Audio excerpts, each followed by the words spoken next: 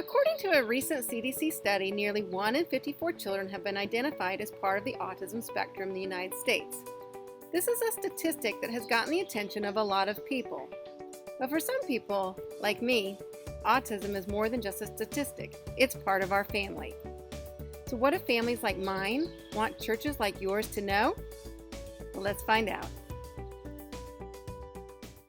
Well, let's imagine it's Sunday, and here we are in your classroom. My brother, who has autism, and me. Hang on a sec. Pretty sure the 8-year-olds don't sport bowl cuts and plaid business suits to church anymore.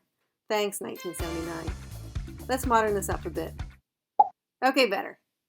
So, you've been told that a child on the spectrum and his sister may be coming to visit your classroom, and you want us to feel welcome.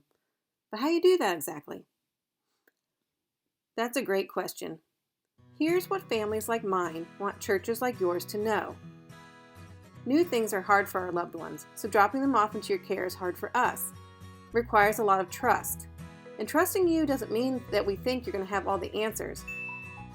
It means that when you don't have them, we trust that you'll want to keep trying and keep welcoming us back anyway. And it means that we trust that you want to keep learning too. Like, what is autism, and what are a few simple things you can do to help our child with his visit? Autism is a developmental disorder that is characterized by difficulty in social interaction and communication and by restricted or repetitive patterns of thought and behavior. Autism is known as a spectrum disorder because there is a wide variation in the type and severity of symptoms people experience. When a child who has autism comes to your classroom, there are a few things that you can do to help. First, understand that clear communication is key. People with autism respond better when expectations are made clear. Don't use metaphors or assume that some things are implied. Use specific and concrete language instead. Do use first-next language. First we will sing. Next we'll sit at the table for the craft. Do use visual aids to reinforce communication. Secondly, be aware that sensory overload is real. People on the spectrum commonly have sensory processing differences that can make some sounds, sights, smells, tastes, and textures feel very overwhelming.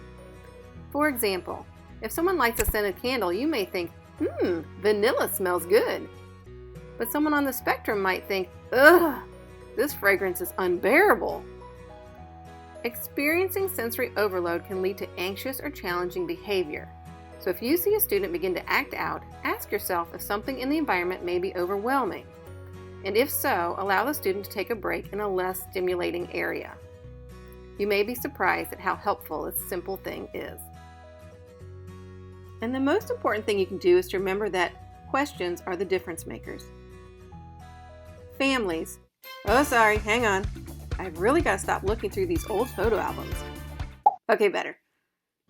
Families understand that you are not going to be an expert on their child. So when a child is dropped off, get more information. Here's 3 questions to get you started. You should be asking, is there anything that your child particularly likes or helps him to feel more secure? Is there anything that is a trigger for your child that we should avoid?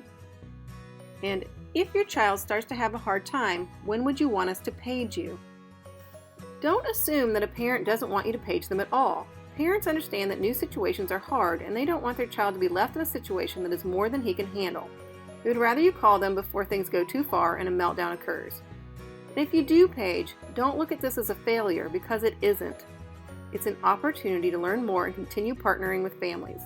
Ask the parent what might be helpful for you to try next time.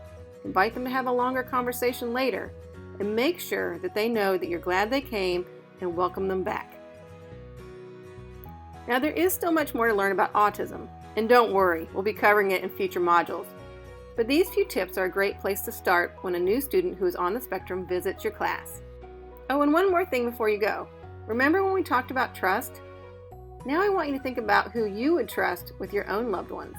Would you feel comfortable dropping off children you love with someone who didn't understand how to care for them? This is the reality that parents of children who have autism face all the time. But it doesn't have to be that way forever. We have the power to make things better. So keep learning, keep communicating, and keep trying.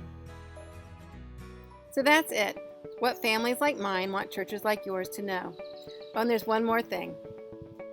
We want you to know that even if you don't get it all right, if you show our loved ones kindness, we will never forget it, or you, or the feeling of experiencing Christ's love.